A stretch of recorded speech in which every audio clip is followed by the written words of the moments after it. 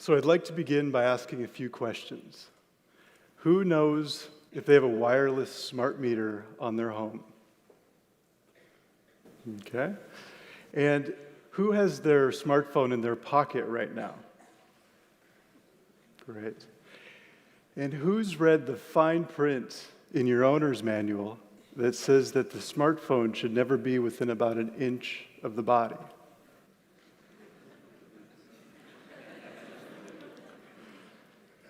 So today, I'm going to speak to why we can no longer assume that our wireless technology is safe.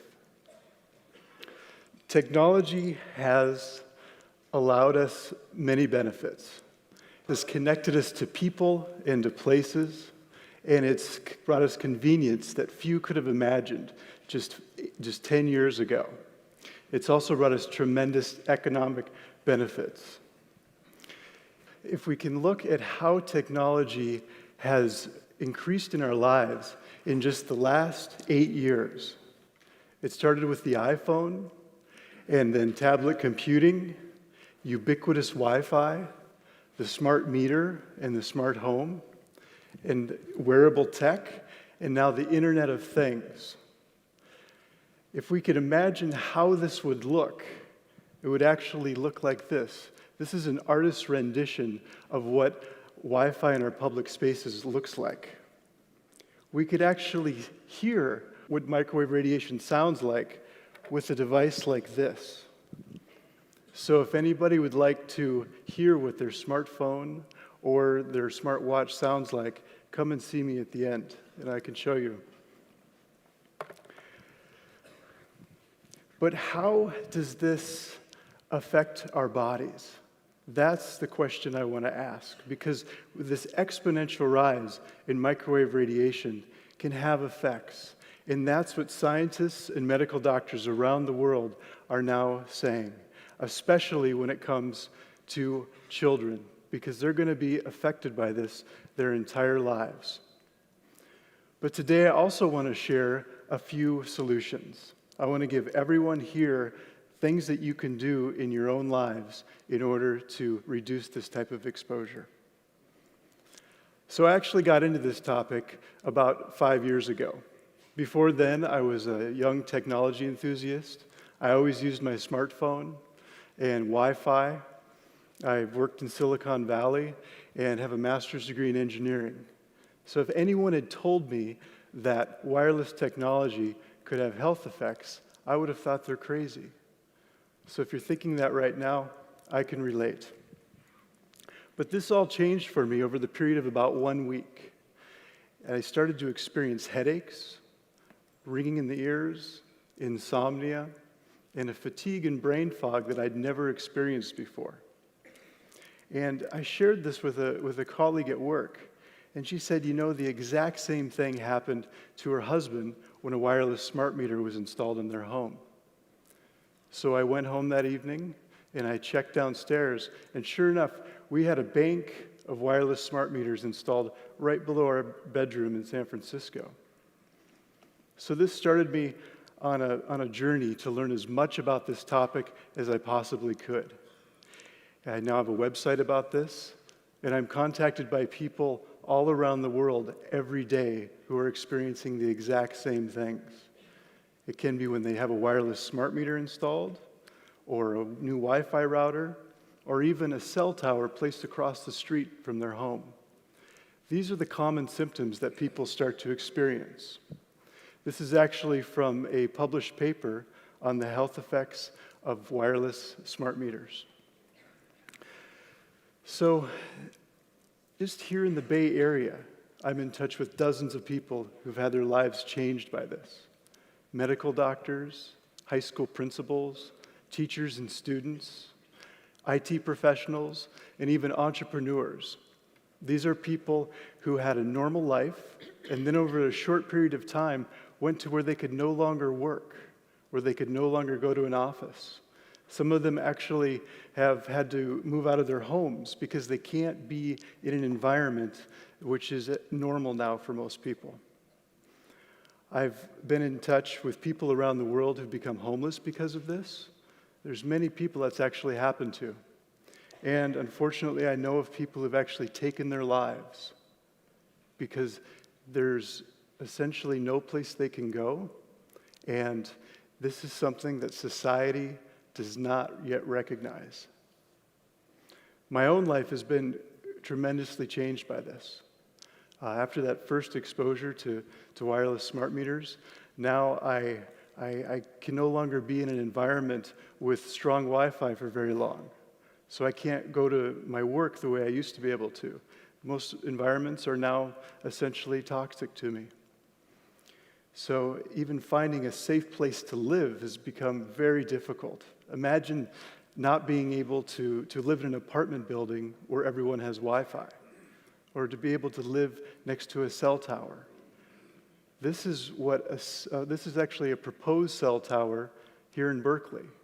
The residents have actually stopped it for now, but most churches and most schools now have cell towers on them. And so it exposes the people around them and, of course, the students who go to those schools.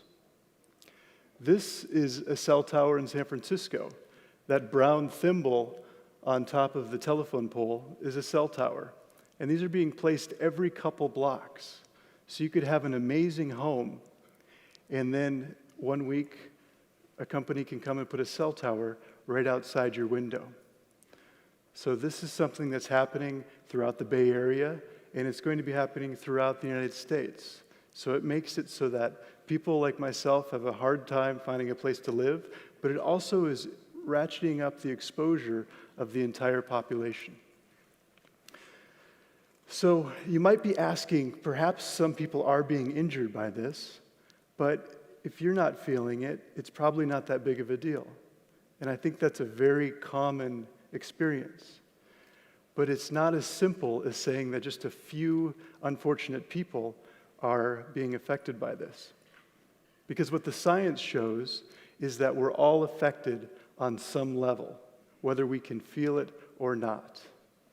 And the reason is because essentially our bodies are electric. Every cell in our body communicates using tiny electric signals. It's how our nervous system operates. So to think that we could put an exponential amount of microwave radiation into our environment and not feel effects is simply false. To illustrate this, I actually had many friends come to me when I started to experience this, and they would say, "Jeromy, are you sure you aren't making this up in your head?" And I thought this too myself at the beginning. But then a year or two later, they would come to me and they'd say, "You won't believe it, but now I'm feeling pain in my arm when I use my cell phone, or when I put it to the head, or when a new Wi-Fi router is installed." So this is something where when people have more of an exposure, more people are being affected. And it's not just headaches and insomnia. It's much more serious things, such as infertility, DNA damage, and eventually cancer. This is what the research is starting to show. And you don't have to take my word for it. I encourage you to start researching this for yourselves. If you simply Google EMF research, this is a screenshot of what you'll find.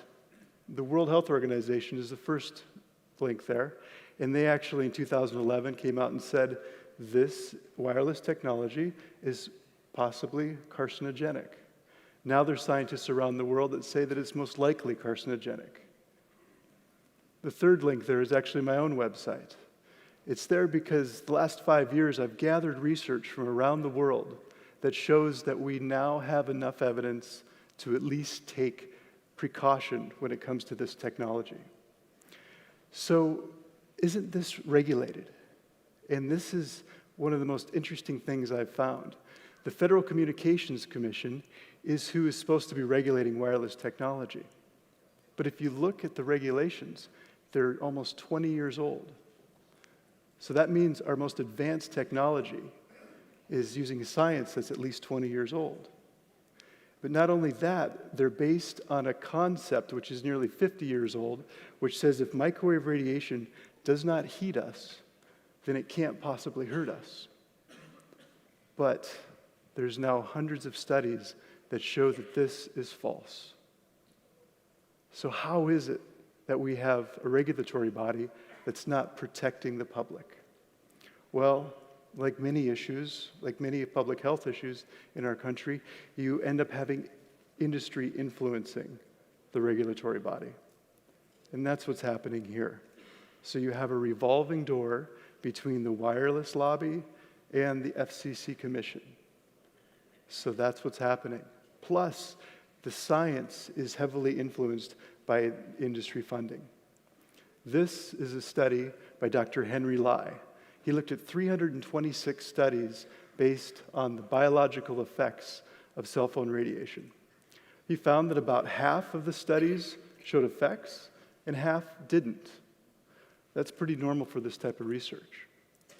But what he found that was interesting was that if you looked at who funded the studies, 70% of the independent studies showed effects, and only 32% of the industry-funded studies showed effects. So you see that there's an influence in money on this topic. Just like many other topics, tobacco is another one where essentially the industry funded science that was going to show their products were safe. So that's the bad news. And now I want to share some good news. And that is that there are solutions for this. We are going to have the industry start to create safer products, but there are ways that we can both protect ourselves and move industry forward.